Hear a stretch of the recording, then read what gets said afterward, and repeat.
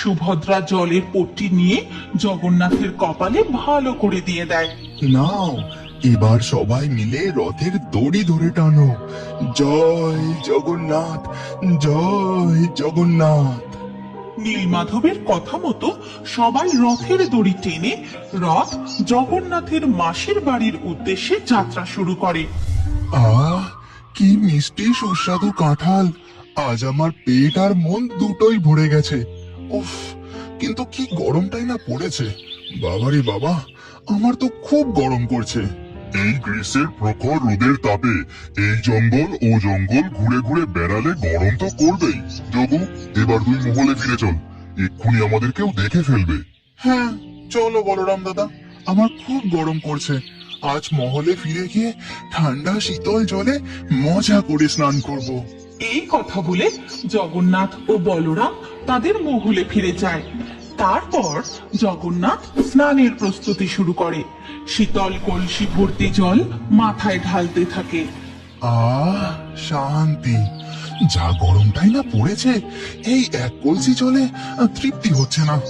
আমি আরো শীতল জল ঢেলে স্নান করি। এরপর জগন্নাথ একের পর এক কলসি ভর্তি জল ঢেলে স্নান করতে থাকে। ঠিক তখনই সেখানে বলরাম এসে উপস্থিত হয়।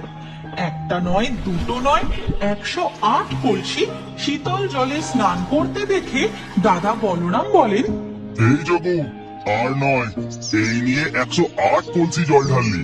এবার ওঠ, এমনিতেই তোর যা ঠান্ডা লাগার ধাত, এরপর জ্বরে পড়লে কিন্তু আমি তোকে দেবী লক্ষ্মীর হাত থেকে রক্ষা করতে পারবো না।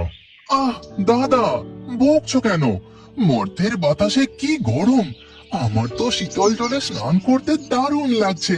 আমি আরেকটু স্নান করি না। এমন সময় সেখানে সুভদ্রা এসে উপস্থিত হয়। জগন্নাথের জেদ দেখে সে তার হাত ধরে বলে, বলরাম দাদা ঠিকই বলেছে জগন্নাথ দাদা, তুমি বড্ড জেদ করছো। এবার চলো, তোমার তো আবার একটুতেই হাঁচি শুরু হয়ে যায়। কিচ্ছু হবে না আমার, এই তো শেষ কলসির জলটা শুধু ঢালতে বাকি আছে। আচ্ছা, ব্যাস, হলো তো। এবার বোঝো, শীতল জলে স্নান করে তুমি আবার জ্বর সর্দি বাঁধিয়ে বসলে। ওদিকে পুরীর মন্দিরে তখন দেখা যায় এক পুরোহিত ভগবান জগন্নাথের গর্ভগৃহের দরজা বন্ধ করে দিয়েছে। পুরোহিত মশাই, আমরা তো জগন্নাথ দেবের দর্শনই পেলাম না। গর্ভগৃহের দরজা বন্ধ করে দিলেন কেন? দরজাটা খুলুন না। প্রভুর এখন খুব জ্বর, প্রভুর এখন বিশ্রামের প্রয়োজন, তাই 15 দিনের জন্য মন্দিরের দরজা বন্ধ থাকবে। হে প্রভু জগন্নাথ, তুমি হলে জগতের নাথ। তোমার এই জ্বর শুধু জ্বর নয়, যেন মনে হয় এই গোটা জগতের অশুভ শক্তির উত্তাপ তুমি নিজের মধ্যে শোষণ করে নিয়েছো, যাতে তোমার ভক্তরা ভালো থাকে। জয় জগন্নাথ, জয় জগন্নাথ। এই কথা বলে মন্দিরের সামনে থেকে সমস্ত ভক্তরা চলে যায়। এরপর ধীরে ধীরে রাত হয়ে যায়। জগন্নাথ দেবের চিকিৎসার জন্য নীলমাধব হাঁটতে হাঁটতে ভগবানের মন্দিরের দিকে যেতে থাকে। কি জানি বাবা, কাঠের তৈরি ভগবানেরও আবার জ্বর হয় নাকি? আমি ওই ভগবানের মূর্তিকে কি করে সুস্থ করব জানি না। পিতা আমাকে এই পাচনের বাটি আর ঝোলাটা দিয়ে পাঠিয়ে তো দিলেন। এরপর নীলমাধব মন্দিরের গর্ভগৃহে প্রবেশ করতেই ঘটে এক অলৌকিক ঘটনা।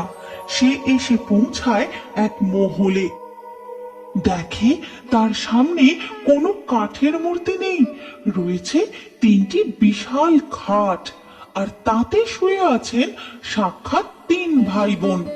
জগন্নাথের গায়ে মোটা চাদর জড়ানো, তিনি জ্বরে কাঁপছেন। এ কি প্রভু, এ আমি কি দেখছি? এ আমার স্বপ্ন নাকি সত্যি দেখছি? বৈদ্যপুত্র নীলমাধবকে আসতে দেখে বলরাম ও সুভদ্রা জগন্নাথের বিছানার পাশে গিয়ে দাঁড়ায়। যোগু, আমি তোকে বারবার বারণ করেছিলাম, আর অত শীতল জলে স্নান করিস না। কে কার কথা শোনে?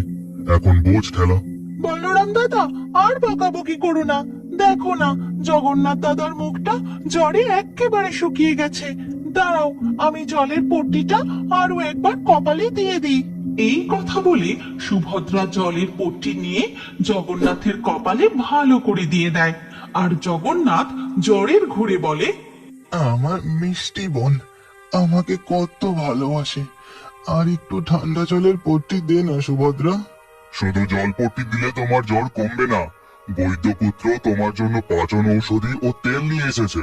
এবার তুমি ঔষধিটা খেয়ে নাও, তাহলে তোমার জ্বর কমে যাবে। আমি ধন্য, আমি ধন্য, সচক্ষে ভগবানের এই লীলা দেখে আমি ধন্য। এই বলে নীলমাধব পাচনের বাটিটা এগিয়ে দেয় সুভদ্রার দিকে। মা বাবা এই 10 মূল পাচন আর জড়িবুটির তেল দিয়ে পাঠিয়েছেন, বলেছেন এই তেল মালিশ করলে আর পাচন খেলে প্রভুর জ্বর সেরে যাবে। নাও, এবার বড় করে হাঁ করো, এই পাচনটা খেয়ে নাও দেখি। সুভদ্রা পাচনটা জগন্নাথের মুখের কাছে নিয়ে যেতেই জগন্নাথ ওষুধের গন্ধ শুকে মুখ বেঁকিয়ে চাদরটা মুখের উপর টেনে ঢাকা দিয়ে দেয়। আমি খাবো না, কি বিশ্রী গন্ধ, উল্টো দে তো, আমি বরং জ্বরেই ভুগে নেব, তবু ওই 10 মূল পাচন আমি ছোঁবো না। এই কালু, আবার জেদ। একে নিজের দোষে জ্বরে পড়েছিস, তার উপর আবার ওষুধ খাবি না? নীলমাধব এত কষ্ট করে তোর জন্য ওষুধ নিয়ে এলো যে। দাদার বকুনি শুনে জগন্নাথ চাদরের তলা থেকে মুখ বের করে। না দাদা, আমি তেতো খাবো না, আমাকে বরং একটু মাখন এনে দাও। প্রভু, আপনি যদি এই ওষুধটা না খান তাহলে আপনার জ্বর কমবে কি করে? আর জ্বর না কমলে গুন্ডিচা মাসির বাড়ি যাবেনই বা কি করে? গুন্ডিচা মাসির বাড়ি কথাটা শুনতেই জগন্নাথের কান খাড়া হয়ে যায়। মুখে এক গাল হাসি নিয়ে বলে, মাসির বাড়ি? হ্যাঁ প্রভু, মাসি তো আপনার জন্য অপেক্ষা করে বসে আছেন। আপনি সুস্থ হলেই আপনার বিশাল নন্দীঘোষ রথে চড়ে আপনি, বড় ঠাকুর আর মা সুভদ্রা মিলে মাসির বাড়ি যাবেন। ঠিক বলেছ নীলমাধব। আর মাসি খবর পাঠিয়েছে জগন্নাথ দাদা গেলে রোজ নিজের হাতে পোড়া পিঠে বানিয়ে খাওয়াবে, সাথে ক্ষীরের মালপোয়া, ছানা পোড়া, আরো কত কি। কিন্তু জগন্নাথ দাদা যদি ওষুধই না খায় তাহলে রথে চড়বে কে? পোড়া পিঠে? মাসির হাতের পোড়া পিঠে? এই সুভদ্রা, দে দে, তাড়াতাড়ি ওই পাচনটা আমাকে খাইয়ে দে। 15 দিনের জ্বরে মুখে আর রুচি নেই, মাসির হাতের পিঠে না খেয়ে আমি আর থাকতেই পারছি না। এরপর সুভদ্রা জগন্নাথকে পাচনটি খাইয়ে দেন। আর ঐশ্বরিক ভাই বোনের খুংসুটি ও ভালোবাসা দেখে নীলমাধবের চোখ থেকে এক ফোঁটা জল জগন্নাথের পায়ের উপর পড়ে। নীলমাধব, আমি তোকে আশীর্বাদ করছি, তুই সব সময় আমার রথের রশির সর্বপ্রথম থাকবি। এরপর ধীরে ধীরে সকাল হয়ে যায়। 15 দিনের সেবা আর ভালোবাসায় জগন্নাথ দেব সুস্থ হয়ে ওঠেন। আর অবশেষে রথে যাত্রা করে জগন্নাথের মাসির বাড়ি যাবার দিন চলে আসে। জগন্নাথ দাদা, বলরাম দাদা, তোমরা প্রস্তুত তো? বাইরে দেখেছো, আজ সবাই রথের দড়ি টেনে আমাদের মাসির বাড়ি নিয়ে যাবে বলে এসেছে। ওদিকে দেখা যায় রাজা থেকে প্রজা সবার হাতে আজ রথের রশি। আর বিশাল নন্দী ঘোষ রথে হাসি মুখে বসে আছেন জগতের নাথ জগন্নাথ। নাও, এবার সবাই মিলে রথের দড়ি ধরে টানো। জয় জগন্নাথ, জয় জগন্নাথ। নীলমাধবের কথা মতো সবাই রথের দড়ি টেনে রথ জগন্নাথের মাসির বাড়ির উদ্দেশ্যে যাত্রা শুরু করে। আর তখন মহলে দেখা যায়, স্বামী, আমি আপনাকে ছাড়া কি করে থাকবো? আপনি কথা দিন যে আপনি শীঘ্রই ফিরে আসবেন। তুমি চিন্তা করো না লক্ষ্মী, আমি 2 দিনের মধ্যেই আবার ফিরে আসবো। আপনি আমাকে কথা দিন যে আপনি শীঘ্রই ফিরে আসবেন, না হলে কিন্তু আমি খুব রাগ করব। হ্যাঁ হ্যাঁ, আমি কথা দিলাম। এই কথা বলে জগন্নাথ দেব অদৃশ্য হয়ে রথের মধ্যে বসে থাকা কাঠের মূর্তির মধ্যে প্রবেশ করে যান।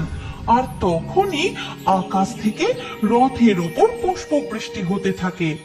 আরে, হাঁপিয়ে গেলে চলবে, টানো টানো, আরো জোরে রথের দড়ি ধরে টানো। জগন্নাথ দেবের রথ গড়াতে গড়াতে এসে উপস্থিত হয় তার মাসির বাড়ির সামনে। তখনই তিনটি অদৃশ্য আলোক রশ্মি মূর্তি থেকে বেরিয়ে সোজা গিয়ে উপস্থিত হয় তাদের মাসির ঘরের মধ্যে। মাসি, আমরা এসে গেছি। মাসি, কোথায় তোমার পোড়া পিঠে? আমাকে দাও, আমার খুব জোরে খিদে পেয়েছে। কত দিন হয়ে গেল আমি তোমার হাতের পোড়া পিঠে খাইনি। তোমরা তিন ভাই বোন আসনে বসো, তোমাদের জন্যই তো আমি এত খাবারের আয়োজন করেছি। মাসির বাড়িতে তোমাদের যত্নের কোনো ত্রুটি হবে না। তিন ভাই বোন মজা করে মাসির হাতে রান্না খেতে থাকে। এইভাবেই আনন্দে মজায় দিন কাটতে থাকে। দেখতে দেখতে 5 দিন কেটে যায়। ওদিকে স্বামীর অপেক্ষায় দেবী লক্ষ্মী। আমি অপেক্ষা করতে করতে ব্যাকুল হয়ে উঠেছি। আমাকে কথা দিয়েও আপনি কথা রাখলেন না। এবার দেখুন আমি কি করি, হরে হরে টের পাবেন। দেবী লক্ষ্মী জগন্নাথ দেবের ওপর প্রচন্ড রেগে যান। আর ওদিকে জগন্নাথ দেব, এই রে, আমি তো দেবী লক্ষ্মীকে দেওয়া কথা ভুলেই গিয়েছিলাম। আজ 5 দিন হয়ে গেল, লক্ষ্মী প্রচন্ড রেগে আছেন। এবার আমি কি করি? দেবী লক্ষ্মী জগন্নাথের উপর রেগে গিয়ে কি করতে চলেছেন? জগন্নাথ দেবকে দেবী লক্ষ্মীর রাগ ভাঙাতে পারবেন, নাকি অন্য কিছু ঘটতে চলেছে? এই গল্পের পরবর্তী পর্ব আমরা উল্টো রথযাত্রার ঘটনা নিয়ে তৈরি করব। তাহলে বন্ধুরা, পরবর্তী পর্ব দেখতে চাইলে আমাদের চ্যানেল এক্ষুনি সাবস্ক্রাইব করে নিন।